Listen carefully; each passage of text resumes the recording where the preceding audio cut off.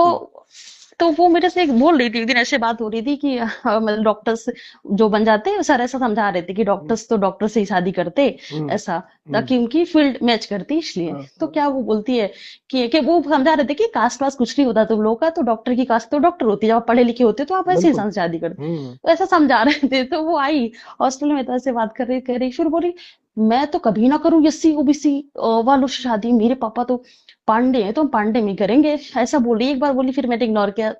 फिर दोबारा बोली, मैंने बोला यार ये बताओ तो कौन मरा जा रहा है तुम्हारे पांडे से शादी करने के लिए? सही बात है। ओबीसी एससी एसटी वाले मरे जा रहे हैं क्या तुम्हारे यहाँ शादी करने के लिए? हाँ। और आज के टाइम में तो जैसे भगवान की कृपा, मैं तो वही संविधान को ही मानती हूँ, वही हमारी गीता हाँ। पुराण जो भी है सब, तो हमके जब से वो लागू है उस सब चीजों का कोई मतलब भी नहीं है। बिल्कुल वो सही सब बात है। बहुत आज से तुम, मुझे अब ये बात तुम आज के टाइम में कहती तो मुझे लगता है तुम आज से 1000 साल पहले जी रही हो, बिल्कुल।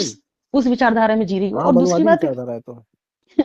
उसके बाद सर मुझे लगता है कि आपको, जैसा आपके वो तर्क मुझे बहुत लॉजिक लगता है सर, लॉजिकल लगता है कि जब आप उसमें बोलते हैं कि हाँ ठीक है आप रिजर्वेशन से आपको ऑब्जेक्शन है, कास्ट खत्म करो, हाँ, कास्ट बेस रिजर्वेशन भी खत्म करो, हमें कोई प्रॉब्लम नहीं है। बिल्कुल और सही हाँ बात। रिजर्वेशन खत्म होना चाहिए तो हर फील्ड में खत्म होना चाहिए ना, वो हम्म। जो मंदिर में जितने पुजारी और जो आप बोलते हैं शंकराचार्य, सही बात है, वो हर फील्ड में खत्म करे, हमें कोई ऑब्जेक्शन नहीं है। हाँ, खत्म कर बिल्कुल। दो सारी जगह, जातियां खत्म करो, सब खत्म, हमें नहीं चाहिए रिजर्वेशन, बिल्कुल नहीं जरूरत है हमें।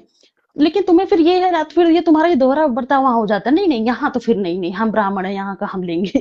फिर वो ये चीज मुझे बहुत बुरी लगती है इनका, मतलब ये तर्क देते भी है तो बस वहां तक देते हैं जहां तक इनका फायदा दिखता है, बिल्कुल, उसके बाद बिल्कुल। वाला तर्क इनका नहीं होता फिर। अभी अभी अभी मेरे पास एक ब्राह्मण समाज के ही मेरे भाई ने फोन किया था। उस हाँ हाँ व्यक्ति ने बताया कि जो पंचांग बनाया जाता है वो सिर्फ पिछड़े दलितों को बेवकूफ बनाने के लिए पंचांग बनाया जाता है। वो भी ऑडियो भी जल्दी आप लोग सुनेंगे।